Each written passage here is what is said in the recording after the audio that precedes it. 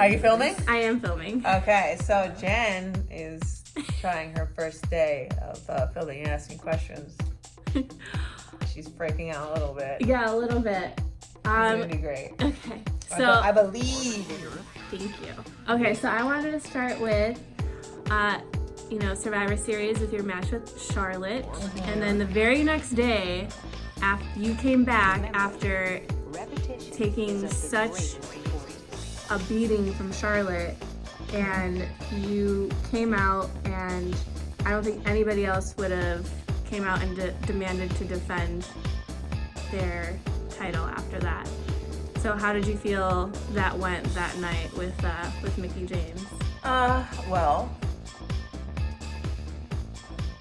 the Raw for Survivor Series, I was admittedly not in my best form or tip-top shape. It wasn't my best performance, but I got the job done, kudos to Mickie. She had the balls to even walk out there. Yeah, I wouldn't be bragging to anybody about it. It was definitely not very pretty, but I don't think I made my else. point in that I still found a way to win when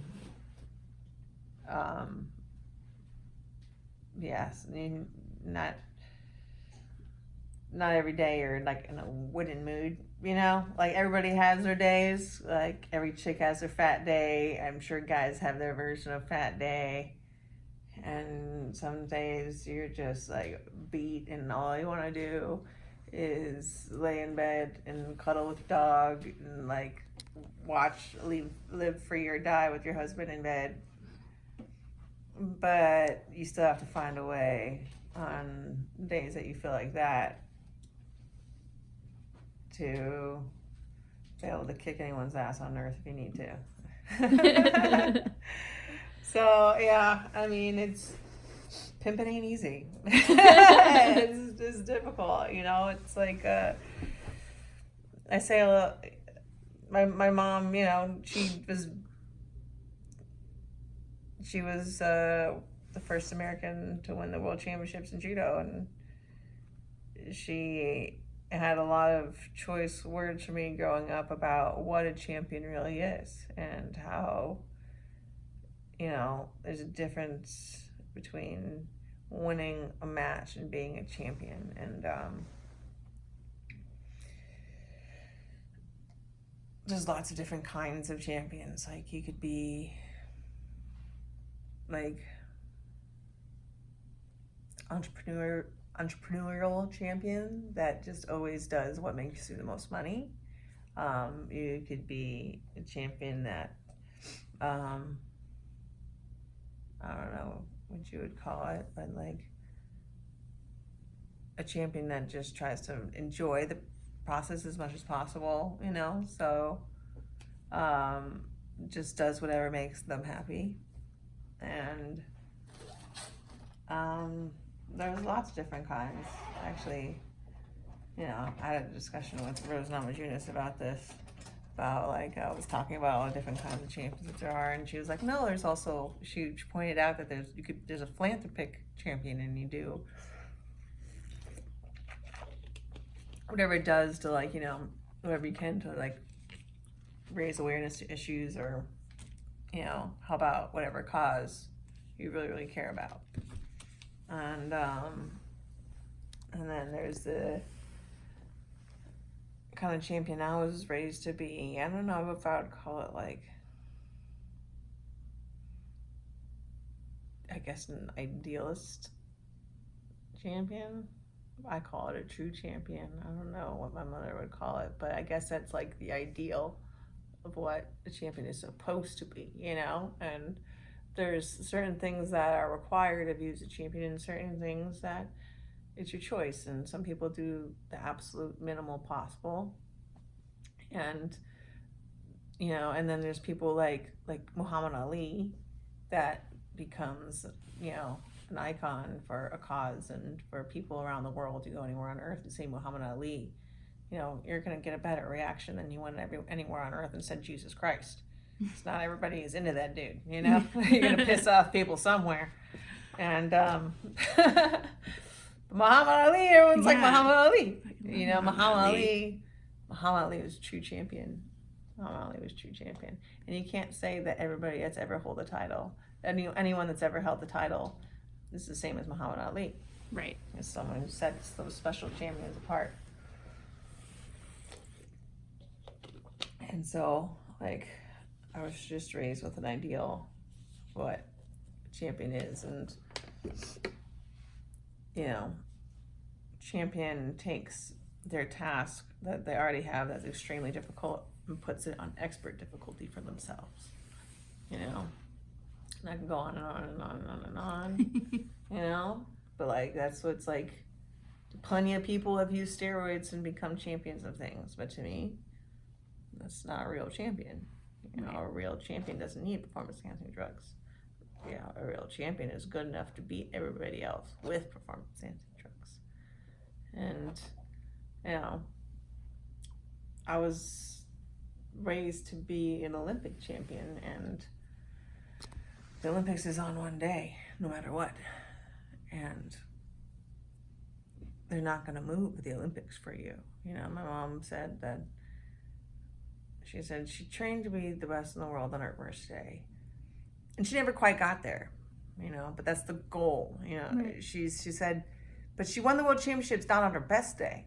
She got good enough to win on not her best day. But she'd had worse days than that. Yeah. And, but the thing is, if your goal is to win the Olympics, and Olympics is going to be on this one day, and you don't know how you're going to feel on that one day, and it could be the worst day of your life, well, you're not going to train your whole life and just hope it's not the worst day of your life. You're going to train your whole life to be the best on the worst day of your life in case the worst day of your life happens to fall on the day of the Olympics. You don't want to just waste all of that effort of preparation. Mm-hmm. And it's just like, why would you put so much effort in something and just hope to get lucky? Like, I'm going to train that I can be the best in the world on my best day. Well, how many days of the year does your best day happen? Or days of your life? And, so if I don't want to be the best in the world on this one day, I want to be the best in the world for all of the days that I'm reigning as champion. Then it's a reign that means something. A reign doesn't mean all of your consecutive best days that you chose to defend. A reign is defense. Like, this is mine and I'm defending it. Who's coming for it? When people come, you can't be like, just a second. This is not my best day. I need some time. I need to prepare. Okay, I'm not feeling great. I'm putting my wrist. It hurts right now. Okay, I don't feel like it. Like, that's not a real champion to me. That's not how I was raised, because that's the kind of person that, some people get lucky. Some people have their best day at the right time, and some people that had no business winning this thing or the other win something because they happen to have their best day at the right time, and everybody else didn't have their best days and things just fell into place for them. And that's awesome. I love it. That's very inspirational, and it can happen to anybody. But it's just, hoping to get lucky like that is not something I ever wanted to invest my happiness in and invest all my effort in. So if I was training to be an Olympic champion, I'm not going to train my whole life and just hope that I have my best day on the exact day that I need to, There's a lot of people I knew like that, and there's nothing wrong with it. They were just kind of more hobbyists, and they enjoyed making the team. And once they made the team, they're like, well, if I had the best day of my life at the right time, I could win this thing, and that would be awesome. And if they did win the thing, sometimes they did win things. So it was the biggest deal on earth because, it was the biggest deal on earth. And yeah, sometimes I feel like, people like that enjoy winning more than I do, but I want to train so hard that when I win, I'm not surprised. And I guess that comes like my mom. It comes from my mom, and that she wouldn't get overly excited when I won things, because, or really, you know, we don't have a very overly congratulatory family. We don't go like, "Oh my God, that's amazing! You do that!" Like it's not like our style. And so I asked my mom about this. I'm like, you really don't seem to like get like too like, I don't know the word I was talking about, but she's, you know, she wouldn't get too excited when I won things, and she would just be like, well, yeah, I expected you to win.